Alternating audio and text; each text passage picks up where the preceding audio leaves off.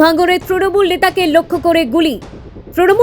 লক্ষ্য করে গুলি চালানোর অভিযোগ উঠল আইএসএফ এর বিরুদ্ধে। ভাঙড়ের উত্তর কাশীপুর থানার কাঠালিয়া সংলগ্ন এলাকার ঘটনা।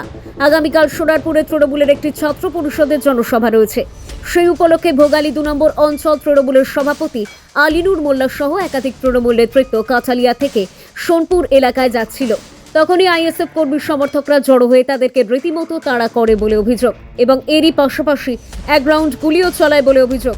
ঘটনার খবর পাওয়ার সঙ্গে সঙ্গেই উত্তর কাশীপুর থানার বিশাল পুলিশ বাহিনী ঘটনাস্থলে গিয়ে পৌঁছানোর আগেই পালিয়ে যায় আইএসএফ কর্মী সমর্থকেরা। এমনটাই অভিযোগ তৃণমূলের। পরে সেখানেই জমায়েত করে তৃণমূল কর্মী সমর্থকরা।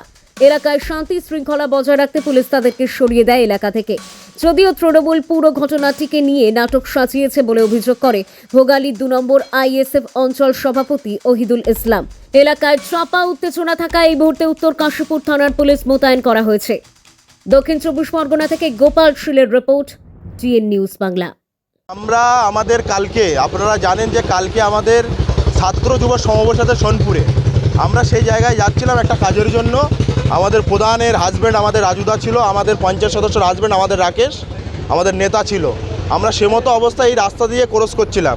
সে সময় আইএসএফ আশ্রিত দুষ্কৃতী, আমরা তাদের নাম জানি, নাটু থেকে শুরু করে, খুদে থেকে শুরু করে, আলিমুদ্দিন থেকে শুরু করে, কিছু আইএসএফের সালাউদ্দিন থেকে শুরু করে আইএসএফের সমাজবিরোধী যাদের একাধিক থানায় কমপ্লেন করা আছে, তারা আজকে পরিকল্পিতভাবে তারা এখানে দাঁড়িয়েছিল গোষ্ঠীময় কটা লোক নিয়ে এবং মেশিনপত্র, তারা হাতিয়ার নিয়ে ছিল। এমনকি তাদের হাত থেকে বাঁশ, লাঠি, অস্ত্র ছুঁড়ে আমাদের ওপরে আক্রমণ করে। আমরা তড়িঘড়ি করে বাইকটা জোরে টেনে আমরা একটি জায়গায় অবস্থান করি।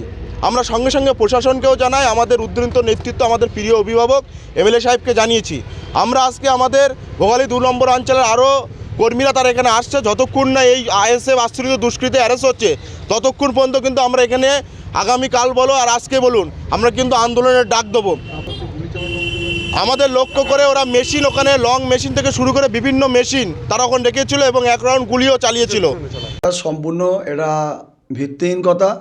ওরা দিনের বেলায় কোনো গুলি চলে না, দিনের বেলায় কোনো ঝামেলা হয় না। সাধারণ মানুষ আমাদেরকে অভিযোগ করছে ওরা নিজেরাই ঝামেলা করছে। ওদের একটা সোনপুরে একটা প্রোগ্রাম আছে শুনেছি, আমি এখনও সঠিক জানি না। ওরা এই ঝামেলা পাকানোর চেষ্টা, ওরা জানে ওদের পাতলা থেকে মাটি সরে গেছে, ওরা পাগলা কুকুর হয়ে গেছে। ঠিক আছে, পাগলা কুকুর হয়ে গেছে, ওদের জলতঙ্ক রোগ হয়েছে, জলতঙ্ক রোগের ওদের চিকিৎসা করতে হবে। যে অভিযোগ উঠছে সম্পূর্ণ ভিত্তিহীন কথা। আমি বলছি তো, দায়িত্ব নিয়ে আমরা ইন্ডিয়ান সেকুলার ফ্রন্ট দায়িত্ব নিচ্ছি। আমাদের নেতার নাম নওশাদ সিদ্দিকী। আমরা ওই নেতায়, আমাদের নেতায় শিক্ষায় শিক্ষিত। আমাদের নেতা বলে না বোম বন্ধু গুলি লড়াই করো। আমাদের নেতা এক হাতে খাতা এক হাতে পেন ধরিয়ে। সম্পূর্ণ ভিত্তিহীন কথা।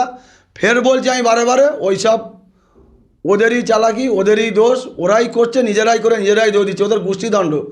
আপনি দেখেন না, কেউ বলছে 50টা খুনের আসামি, কেউ বলছে ও মেন আসামি, আমি 2 নম্বর আসামি, আমি গেলাম জেলে, ওখানে জেলে গেল না।